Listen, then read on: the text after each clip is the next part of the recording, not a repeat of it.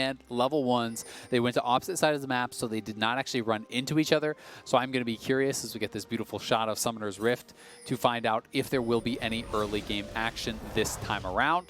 TSM camping out here just in case FlyQuest did go for any sort of a deep ward. But there's so much going on in this game that I actually really do want to talk about. So, with this IgNar pick, it's very high risk because I think the thought process is essentially we need something to help answer the side lane play because we are going to have Broken Blade out in the side lane and TF ulting over to kill him. And they are then hoping, I think, that Pantheon can be out there and ult over to try to match that. My problem with this is that I don't see you winning that 2v2 unless you're already playing from an advantage.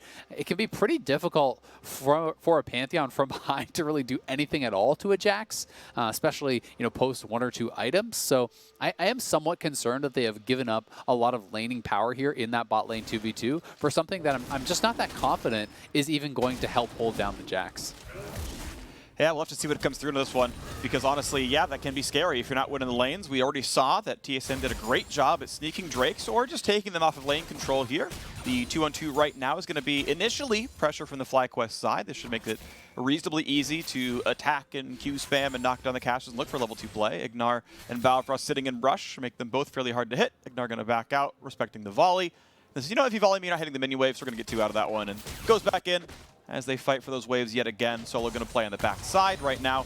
Down in farm, instant level 2, instant jump in. Broken Blade gets about 200 damage dealt. Grass comes back. It is not nearly as good as the trade that Jax got. Yeah, not even close. You really have to be very careful because as soon as you hit level 2, you're always going to level that leap strike on Jax, and you need to be out of range so you don't take a poor trade like that. Broken Blade obviously did already showcase the Jax once in the playoffs. This was kind of as that counterpick towards the board, and it did work very well for him there. I think this is a harder matchup to abuse as far as the 1v1 goes, but you still can create big advantages in the side lane. You can get to that point where you're destroying towers, and in combination with the TF, you really can threaten kills very, very effectively. I've also got to say that I am pretty surprised by the cleanse here from Doublelift. It feels like you're giving a tremendous amount of respect over to that point-and-click stun from the Pantheon, feeling like, hey, if that lands on me and any sort of trap is layered after that, then you are going to get taken down. But that's really the only thing there is to cleanse, right? Like, there's not a lot here that you're going to be worried about. The Ornn are slow. Yeah, I guess you can cleanse the knockup from the Ornn ult and then flash, but it's like these are situations that don't really happen much. So yeah, sure. I am surprised by that. I honestly think that it might have made more sense to just go something like the heal, or if you wanted to play more for the lane, even the teleport in this kind of situation. But we'll see if he gets value out of it. Well, the recalls are coming through across several of the lanes here as Jax made his way back to get Cole. And a play to the mid lane forces a flash out of Bjergsen as IgNar is already on the roam. And you can see this is the power of IgNar. Of course, he was shown on the minion wave. Yeah, he didn't really pick this champion necessarily for the 2-on-2, although farm is okay down there. It's because he's going to roam around the map. He's going to pick up boots as soon as he has 300 gold, and he's going to try to affect the other lanes. And a Flashless Twisted Fate is a lane you can certainly affect. You can. It's something that is pretty dangerous. But until PowerOfEvil is 6, I still don't really think they have that much threat unless IgNar gets up there, because there is no CC. You pretty much need the ability to actually scoop the TF back in. So it's going to be a tighter timing maybe than FlyQuest would like, and we'll see if they're going to be able to take advantage of that. Post 6, Bjergsen is going to have to play with a lot of respect to that Azir, because if you get shuffled in and then Graves shows up, you are going to be in trouble. A little bit of damage there comes out of Solo. Now the jungler's going to show up as well. Broken Blade's going to got his dodge already on cooldown. This is the play coming in, but the jungler is right across the wall, flashed to the pit, and now they see that Spica is there. They see the vision. They know what's going on. You can attack up the wall, you cannot Q. He kills the control ward. That allows Broken Blade to walk back out and heal back up. Good play there. Didn't even have to flash, by the way. Had the jump available, Spica gave him the road out. So well played by the TSM duo. No summoners lost, and that looks scary, but he gets away. Did look pretty scary, especially when he actually dropped the ward, but then he got hit by the smoke screen. You lose vision of your own ward, so he couldn't hop to that, so you had to survive to get out of that smoke screen and then hop over to the Sett. But with all of the charges available on that corrupting potion, he can heal right back up. The wave is pushing towards him. He has that early cull, so he knows he's not going to be able to just kill this Ornn. He's not going to be able to really have a dominant lane as far as that 1v1 goes. It's more about the farming. It's more about how he can extend this forward. We got some damage down there as IgNar walks in. Good shots towards Doublelift. You can see they're trading mostly on the opposing carry. The traps come down to try to dissuade any counter-aggression as the wave goes down. Equal farm right now for the players. 1 CSD plus a caster alive means they can both get 45 on that point in time. And we'll see as the wave is answered. This is the standard BF sword recall timing. FlyQuest will push that down as best they can as Broken Blade trades back with Solo. And yeah, you press the dodge as soon as the W is done channeling, and the Brittle will time out by the time you're done dodging. Yep, but the wave's actually in a pretty bad spot, and because Solo has the XP advantage, he's going to get 6. Broken Blade has to back off and then TP back in to try to just reset the wave. His jungler's on the opposite side of the map. He's down farm. The wave was frozen against him, so it's actually a pretty rough lane position right now for Broken Blade, and credit to Solo, who's doing a great job in this 1v1, is up 14 CS. You know, we'll see how that all does shake out after all the minions do get cleared up. But when you're drawing attention up on that top side and you're winning out anyway, it's going to buy more time for your jungler down on the bottom side. So it is FlyQuest at this time that grabbed that first dragon. No chance of an immediate snowball this game from TSM. Pretty big deal here as well, looking at how this had played out. There's an alternate reality where Bjergsen is able to ult down the bot lane right there as FlyQuest try to push the wave after Drake. And suddenly you get the kill on Turtle, who's cleanseless, and that becomes the whole situation. But they're able to walk over for Drake and then still push the wave out and then still get a recall off. With playing a roaming support who has left lane more than once already, they're still able to get the push, get a recall when they want it, get BF sword boots, plus the Drake reader talked about. Very good stuff down here, but now TF is going to probably head topside. Solo is alone. Biofrost already there. Gold card lands. Oh. Greatly played by Biofrost. First blood goes through to Broken Blade. Absolutely beautiful out of TSM. That is an MVP assist right there, knocking him right back into the waiting arms of the Jax. Everyone backs off to give first blood to the Jax, and guess what? Solo just TP'd back. Every top laner knows that is the nightmare situation when you die immediately after utilizing that TP. Either the wave can be frozen on you, or it can be fully reset. You're losing minions either way. And your opponent is going to get that free recall off very, very likely. So TSM going to be so happy about how that top lane play shaked out. Not quite a chance for a smite steal. Santorin invades a little bit too late. Maybe concerned about what TF might have been up to as he was hiding in Fog of War. And there's that TP into death. So he TP's back in. The wave is in a rough spot for him. He didn't actually fully reset it. He goes to drop the ward, and already TSM is there waiting. The charge is on cooldown. Biofrost is behind him, and that is when you're just so sad. It's like, okay, Sett's here. It's fine. Don't worry about it. I can get out. All right, TF salting in. Maybe I can still escape. I'll flash over the wall. Bard is here too. Come on, guys. Where's the team at? Well, TSM certainly all up on the top side of the map as Broken Blade gets up for this one. Doublelift just catching his farm down there. Will have a small CS deficit to his side. As so far so good for the FlyQuest out of this one. But yes, first blood is certainly relevant, and that's going to feel pretty nice. Doublelift second time in a row going for the Essence Reaver build. It's overall lower damage, but obviously with cooldown reduction means more arrows, so more utility focused. And while you're playing Jackson, Camille top lane every game, so yeah, probably go more utility focused on that role. Sounds about right for the team composition. PowerOfEvil trading farm pretty closely with Bjergsen. Keep in mind you get about 4 extra gold per CS on Twisted Fate. So you just do the math and you say, okay, well, there's 320 gold right now from the TF passive. The gold lead outside of that is equal. And it is going to be interesting to see how this game does play out, because while generally you think, you know, when you have frontline on the team like an Ornn who can tank up that Ashe arrow, it becomes more difficult to use. When you realize that, well, the Ornn's probably going to be stuck in the side lane most of the game, actually answering the Jax, and there's no cleanse on any of the 4 other members, and they're all squishy, all of a sudden, Ashe arrow becomes so dangerous, and Turtle's in trouble, no cleanse, remember. Speaking of instant cleanse to walk forward, trying to get more damage on this one. They do get away from Spica. Flash ult could have signaled a lot of doom right there, but it means 3 summoners down to the FlyQuest side for 2 on TSM. So when you go that CDR build, anytime he hits an arrow, really on anyone except the Ornn, who's probably not even going to be able to be grouped with the team most of the time, it's going to be incredibly dangerous. Mikhail's is not something that IgNar can really build this game, and Broken Blade getting Solo dangerously low there. He may have to just back it up, you know, even with Santorin moving up towards that top side of the map. Now Spica is spotted, but would be very risky to stay around. He's going to regen back up, earn his mana pool to at least clear the minion wave right now. PowerOfEvil playing it a bit far back, but as long as he holds a charge of W and 1 of E, he can get away from almost any gank that comes in. Teleport is down, but Flash is up, means he's probably safe. Top Herald going to be attacked 10 minutes into the game. TSM, but they did lose the first Drake, have gotten first blood, and are playing for first Herald now. players coming around. Solo does have ulti. Ashe coming across the map. Caitlyn the same. Here comes the play. Ulti coming across. How many knockups can Solo get? 1 and 2 as big damage on the Spica forces the shield out. Double ult from Biofrost. Re-engage. Easy Q. Jump in for Spica. He's going to get the dunk across. First blood goes to WildTurtle. Well, first for the game of FlyQuest, I should say, as TSM got one earlier, but the trap comes in. Good damage on a Bjergsen, and it means the counterpunch. Then FlyQuest fighting back in game 2. Very well done there. TSM not able to coordinate to actually lair their CC, despite the fact that Biofrost landed the ultimate. He couldn't actually coordinate on that binding. The gold card, I believe, was on. Hello and welcome back from the future of the replay you just saw. The casters are back. The game is about ready to resume again. Of course, you just watched the first 11 minutes of Game 2. We're going to pick up from basically that point exactly. I want to point out that the game was actually paused right about then because of a bug that players thought they experienced. There wasn't actually a bug, so that's fair. But during the pause is when Turtle's power went out. He has been moved to the alien that's Team Liquid. They tweeted about it. Let's move on. Wrong sponsor for them. They've moved to their practice facility, to the FlyQuest facility. Turtle is there now. The power's working. The internet's working. He's back into the game. He is reconnected. So as far as we can tell, he is back in with basically no loss of actual gameplay other than the obvious 45-minute pause we've had. So both teams have been given a few minutes to recollect themselves, regroup. Okay, where are we? All right, let's go. And so we're going to get it back into Game 2 in just a moment.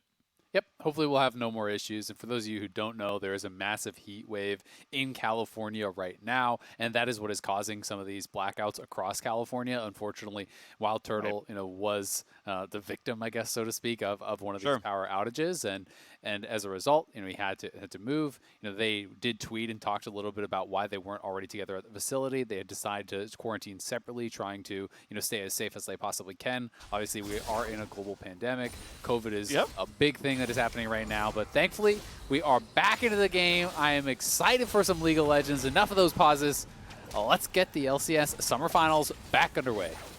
Game 1 was a TSM win through and through. There were moments and glimmers of hope for FlyQuest, but TSM was by far the better team. So far in Game 2, though, it has been a lot closer. FlyQuest got the first Drake. FlyQuest got the Rift Herald. They're keeping up in farm. This is absolutely a winnable game for them, and I still want to see a 5-game series. Now, I want to see a long series, Azale. I did. I want to go the distance, just not quite this way. Hopefully we do get actually more than 3 games and not 45-minute pauses. That said, we all saw Season 2 Worlds, like some of us did, and we're going to hope that we have something better than that going on here. So Solo back up the top lane, Broken Blade carries in the top lane. Has been the name of the game for TSM. Has looked good for them so far. IgNar on the roams, though. Spica does not have flash. He could be a target, but he's a little bit too far away with his boots. He walks out. You can still see the FlyQuest feeling comfortable around playing this bottom river. And not quite going to set up the Drake just yet, but they have gotten ward control. And you can see Doublelift and Biofrost actually kind of cheating over towards Turtle. They know he has no flash. They do have their ultimates both going to be up here in a second or two. Biofrost just now getting his off of cooldown. So TSM has the ability to potentially look for a 4v4, but if they can actually delay this a little bit, Broken Blade is going to have his teleport before Solo. So there is potential for TSM to try to challenge for this. Bjergsen is back in mid lane. They now have TP advantage on that top side, and they would love to be able to grab a dragon here to push back any potential for a soul, and they're going to try to start it off with a pick on Turtle.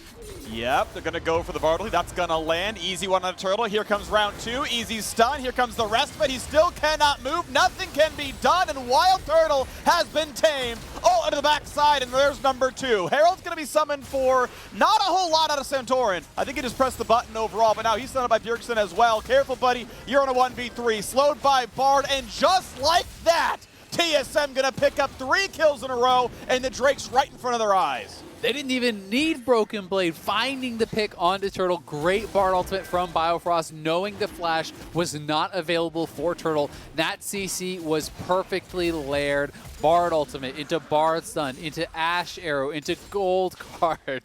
Turtle just wanted to play some League of Legends, but TSM was not letting him. Well, PowerOfEvil wants to play some League as well, is stunned, though that makes this chase and Bjergsen a bit difficult. Does he have Q up in a second? He needs one more spell, and he's not got the cooldown nor the mana to make it happen. Bjergsen walks away, just trading ult for a health bar. He's going to recall out of this lane without too much issue. All right, so let's watch this one more time. Spica's over on the side. They're trying to do this Bard ultimate from very close. Notice how Biofrost moves up. It's so hard to dodge those ultimates from close range. There's not a lot of travel time on them. The Bard stun, the Ashe arrow. clapped back in there by Spica. Then the gold card comes through, and as the rest of the team tries to bail him out, they just end up running straight into their death. Santorin also, his death going down here as well. You know, just too little too late, honestly. I think they had to kind of just bail out on the play and allow Turtle to die once he got caught, because the CC chain was already going to be there, and they ended up committing to trying to save him. They give up a couple more kills. They lose the dragon anyway, and TSM are now in a really good spot because that soul win condition for FlyQuest got pushed back a lot, and this is going to buy so much time for the Jax to complete his Blade of the Rune King, to cash out on the call, to work towards the Triforce, and really try to become that split push monster. All right, Biofrost helps Control Ward die, and then it gets replaced on the FlyQuest side, but now they're going to fight for it again. This time, Santorin has the ability to dodge away from it. Nicely done with the quick draw, but it still means this game is unlikely to be a draw. TSM up in the lead right now, and looking to make it a 2-0 in this best-of-5 so far. And they're certainly in the driver's seat, looking now at continued bot lane pressure, as Turtle really could just acquire farm under his turret and let IgNar look for roams, but can't find those just yet. I mean, if Turtle steps too far forward and you get hit by that Ashe arrow, it's very easy to get burst down, even by this combo. You can set up the Bard Stun off of that Ashe arrow a lot of the times if you're too close to any sort of wall. So with that available, despite the fact that Biofrost does not have his ultimate, they can start to look for plays once more. Bjergsen has the role already completed. He built up that Sheen, so he's going towards CDR. He has his ultimate available now, so you want to see TSM every time you have those ultimates begin to try to look for plays. Fish with the Ashe arrow. You have the CDR build. It's a relatively low cooldown. Try to create picks, and they are going immediately with that TF ultimate. Oh, they're going to find some more stuns right here. Solo is out of health. His flash was using it. Does not matter. Broken Blade gets the easy kill as the rest of the team shows up, and TSM showing no signs of slowing down. Arrow right there. Flash stun, going to find some more. Now the exhaust. Turtle's going to run for his life. Can he get away? A flash over the net. Double it with perfect mechanics. Knocks down kill number 6 for TSM. That is exactly the play I just talked about. If you are too close to a wall, Ashe arrow, easy follow-up for the Bard Stun. Every time they can set up for each other. TSM, again, winning on both sides of the map. This team is attacking FlyQuest relentlessly. Game 1 and Game 2. They are really playing some strong League of Legends here, even being able to give over that kill to Broken Blade, everyone backing off in both of the kills that Broken Blade has participated in. It was very clear the intention to give him that gold, to get this Jax going. They know that they want him to get to a really strong point, because not only can you take over in the side lanes, but if you can get to Triforce Death Dance, that core of items allows you to team fight. And then all of a sudden against, double marksman, you can just get in the backline and wreak havoc with a high amount of CDR, with enough levels that your cooldowns on the leap strike as well as the counter strike become very, very low. And you just saw for a second there the WildTurtle's disconnected message down there. That was the time when there was the pause for the believed bug that didn't exist, and during that was the disconnect. So during the pause when he went down, after he'd already died, and now we're back, of course, onto the map. Second Herald, once again, has gone to FlyQuest. This time around, it will go into the top lane. This will allow FlyQuest to finally get their first turret of the game. As it gets pushed down, this will certainly fall, but they've got to make back a roughly 4,000 gold deficit. That's going to be a tough one to go through, as Spica answers the bot side with a red buff take. Next Drake spawns in 44 seconds, and, well, Ashe is already on Essence Reaver plus Hurricane, so good luck out team fighting that one on a one-item Caitlyn. They're going to knock down the Herald before the second charge as well, so that's not shepherded far enough. And TSM should feel very comfortable. Now, if they want this Drake, Doublelift has to leave the lane after this wave and get down there for the Drake fight. And I think they will look to continue trying to find picks, right? And if they can't find a pick, I don't anticipate them to commit to a full-on 5v5. But again, Ashe arrow available, Bard ultimate available, TF ultimate available. They have all of these tools, so they can look to try to spot people out with Hawkshot before even committing the TF ultimate. And then if they are separated, go for that kill. Look to pounce and try to make a play. And hopefully for them, that can lead into a dragon. Already a bit of pressure towards the jungle as the word comes down. It's defensive plays out of PowerOfEvil. His mana bar a little bit low here, below half. Can certainly be relevant on an Azir. You can blow through a lot of that pretty quickly as they fight for mid lane control. Bjergsen shoves down the wave, and now look at this. TSM already feeling comfortable. They've got vision control. They've got the Drake in their eyes, looking to stack number 2 for them as FlyQuest move back around. They actually have kind of segmented tormented TSM. They've got a momentary moment of looking for maybe a 5v4, jumping in for the steal. It will be grabbed. Santorin claims it, stuns across the board, but look at the front line. That dropping the dunk in, the Bard over the top. This is going to be 2 more kills most likely. The shovel comes back from Azir, and it's already a 2-for-0. Here comes number 3. Bjergsen gets the gold card, gets the chase down, gets a double kill for the Jax. TSM loses the smite fight. They do not lose the real fight. And they are lucky that Baron isn't up, or that could have been an easy Baron. Now they're going for the dive. They want everyone. They're gonna get Santorin, most likely the flash to guarantee it. There's the ace under the turret. TSM will not die in this final. 5-for-0 at the Dragon. The smite saves it from an absolute disaster from FlyQuest, as it really didn't want TSM to be able to get that, but even so, the setup was fantastic from TSM. The Bard ultimate was clutch from Biofrost, and Doublelift is getting so strong at this point in the game. They are just enormously ahead. This gold lead has really exploded. Well over 6,000 gold at this point, pre-20 minutes, is just an absurd difference. All right, so here it is one more time. The Bud Light ace.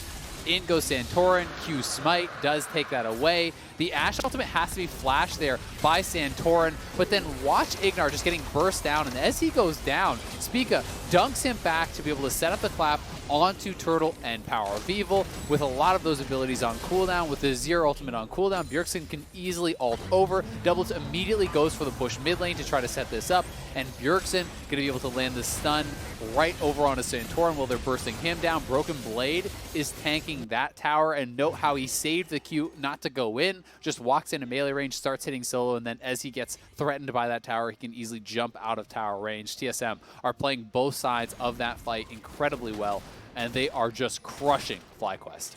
They are absolutely walking over this final right now. Already a 6,000 gold lead, only 20 minutes into the game. Baron's on the map, and that honestly may well be a target here, as they do their best on the FlyQuest side to clear waves away. They've only bled 1 turret. TSM have not played that much for turret pressure so far in this series, but they've certainly been winning team fights and winning neutral objectives time and again, as Broken Blade keeps battling solo. And even with the early Bramble Vest picked up, Broken Blade obviously feels comfortable, and now Twisted Fate is here as well. Ornn comes in, tries to immune gold card, not gonna happen, goes down yet again. It is effortless for TSM to pick on anyone they want. It's so hard for solo because it's easy to say, oh, just build some MR to help survive against the TF. Well, the Jax is getting fed kills. He has mixed damage here too. You know, you're just trying to survive, trying to hold on against this Jax, but TSM has full run of the map. Bjergsen is strong. The Jax is strong. He just cannot itemize effectively against both of these members because he has gone for the tabbies. He does not have the tenacity to really survive through all of this CC. And TSM are really just running a masterclass right now on how to play these side lanes out against FlyQuest. They are crushing them in the macro game, finding pick after pick, and they are being so proactive. There is hardly any time in between, it feels like, Bjergsen's ultimate coming up and Bjergsen making a play. Yeah, someone dies. Just, yeah, the cooldown's back. Cool. Let me add 4 more pages of the book, or, you know, only 2 if it's an assist, I suppose. 5 on kill, but either way, it is Bjergsen shoving down mid lane. Lichbane is done. Card's getting locked. Doublelift can't quite get the volley poke, but ready to push again pretty soon. 7,500 remains the lead. TP into the bottom lane. We've got more pressure coming in as Bjergsen wants another fight. Here comes the rest of the squad. Can they get the stun? They're going to get the pull back there from Spica. Almost walks into the Ashe arrow. Dunk into the wall. Does he have the damage on Spica's side? Maybe just not. IgNar is here, though. Maybe they can find themselves a single kill. Something back. Ornn comes in. Doesn't have the ulti, though. And Spica gets the shield and walks away. Caitlyn snipe going to make it close. Turret aggro will swap, and that will actually kill him off. Biofrost could have tanked turret. He could have stood still, maybe gotten a teammate out. End of the day, it took that much effort for just a single kill, and it's still traded back by a turret for TSM. And turret damage in the top lane. And Bjergsen's going back in. He wants some more, but there are a lot of FlyQuest members around. I don't know if they realize what they're getting themselves into. All right, going to look for a potential 4-on-2 Magical Journey. Going to try to buy some time, but cannot save Bjergsen as well, and it's still going to be the chase down. They're going to find 2 kills. Yes, some turrets fell, but at least some shutdowns were picked up. These glimmers of hope for FlyQuest. And that's the first big overextension for TSM because there's nothing for them to get back right now.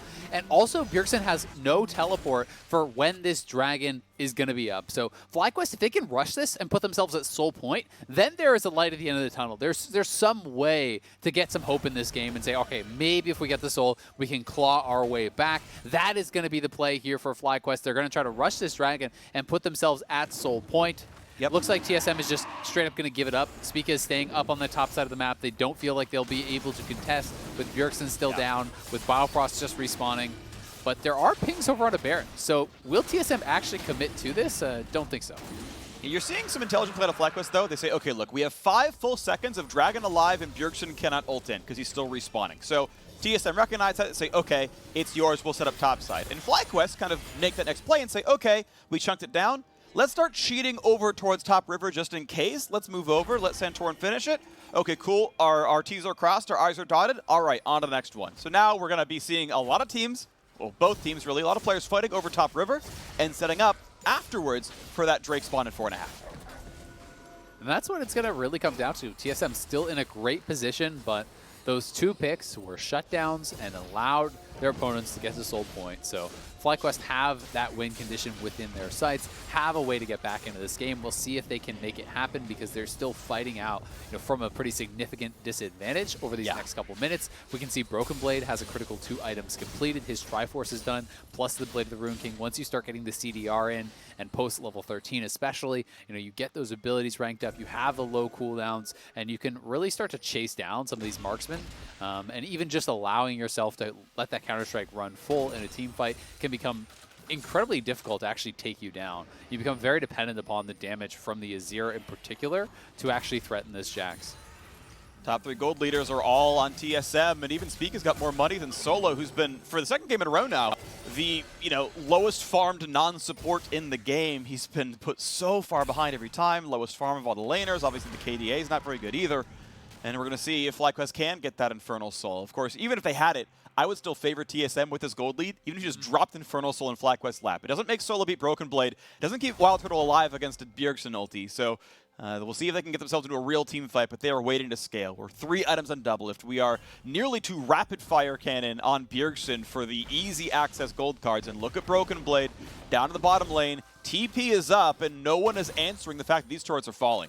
This is because Solo has no teleport, and they're actually worried about TSM doing the Baron, which it looks like they're actually on. So they are on the Baron, and FlyQuest just has no choice but to try to respond. As soon as they get the teleport out of PowerOfEvil, TSM immediately disengage. Broken Blade got a tower on the bot side for free. So this is such a well played out split push game. When you are playing from an advantage, you know how difficult it is to answer on that one side. One person cannot answer the Jax alone and expect to win, and they still have to respect that threat of the Baron. So it's this push and pull that TSM are going to be going for. Try to force members to answer their 4-man squad. As soon as they do that, that gives the freedom for Broken Blade to push. If they try to attack Broken Blade, it's time for the 4-man squad to get something done.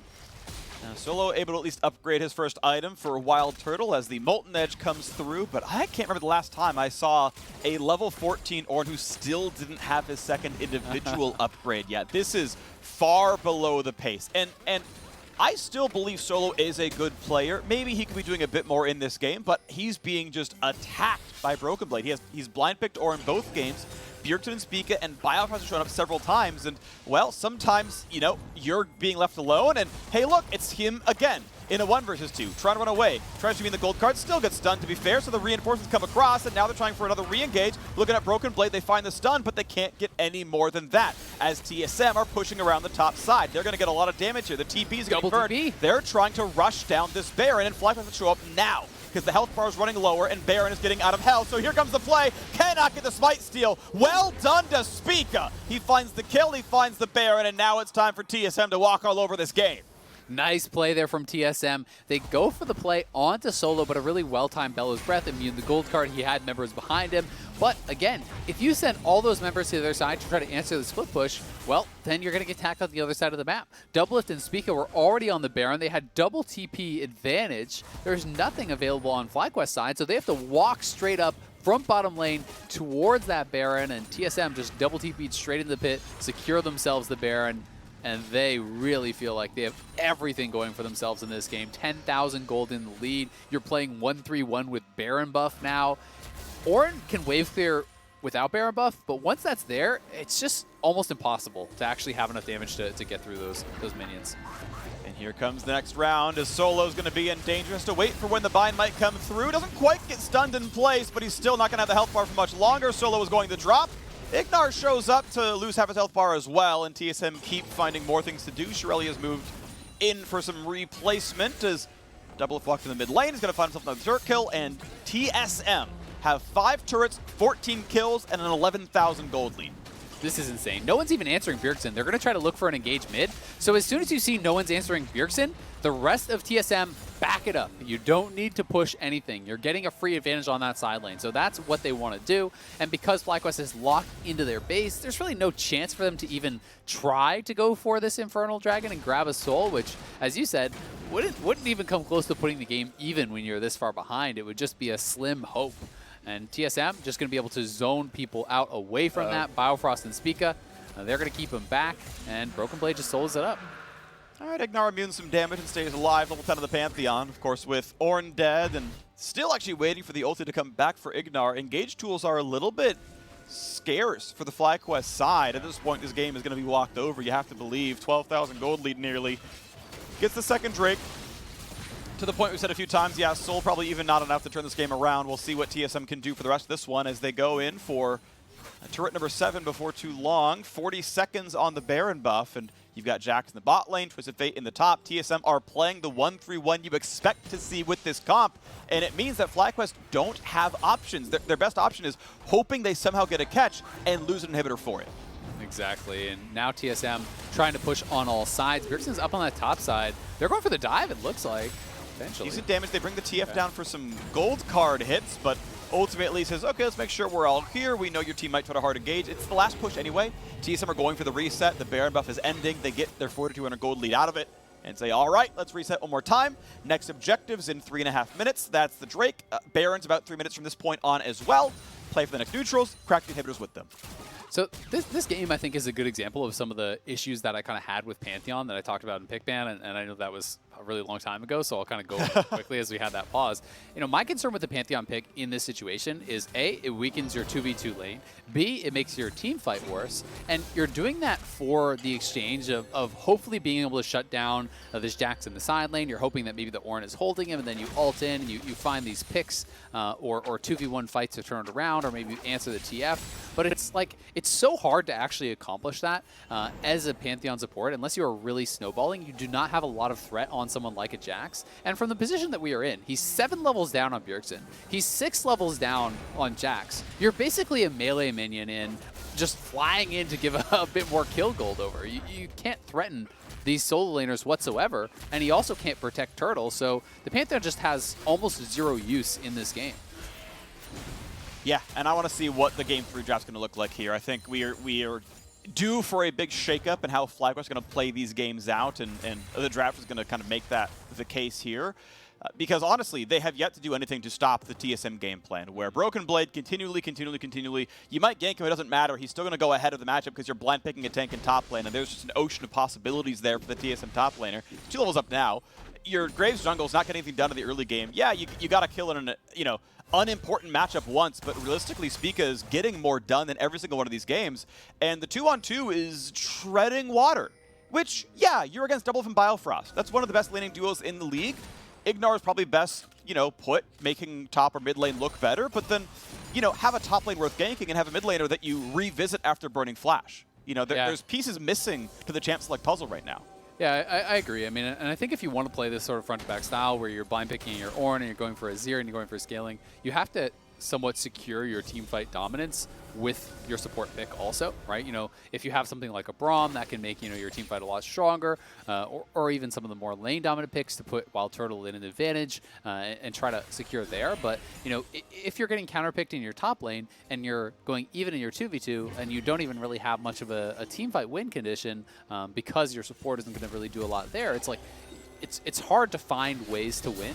So it will be interesting to see if FlyQuest can hold on whatsoever in this game, and going forward if they're going to try to look for some adjustments, because TSM's game plan has been very clear. It has been snowball Broken Blade, have Bjergsen on picks that can affect those side lanes, make things happen around that top laner, and FlyQuest may have to move away from just blind picking their top if solo is going to be picked on this much.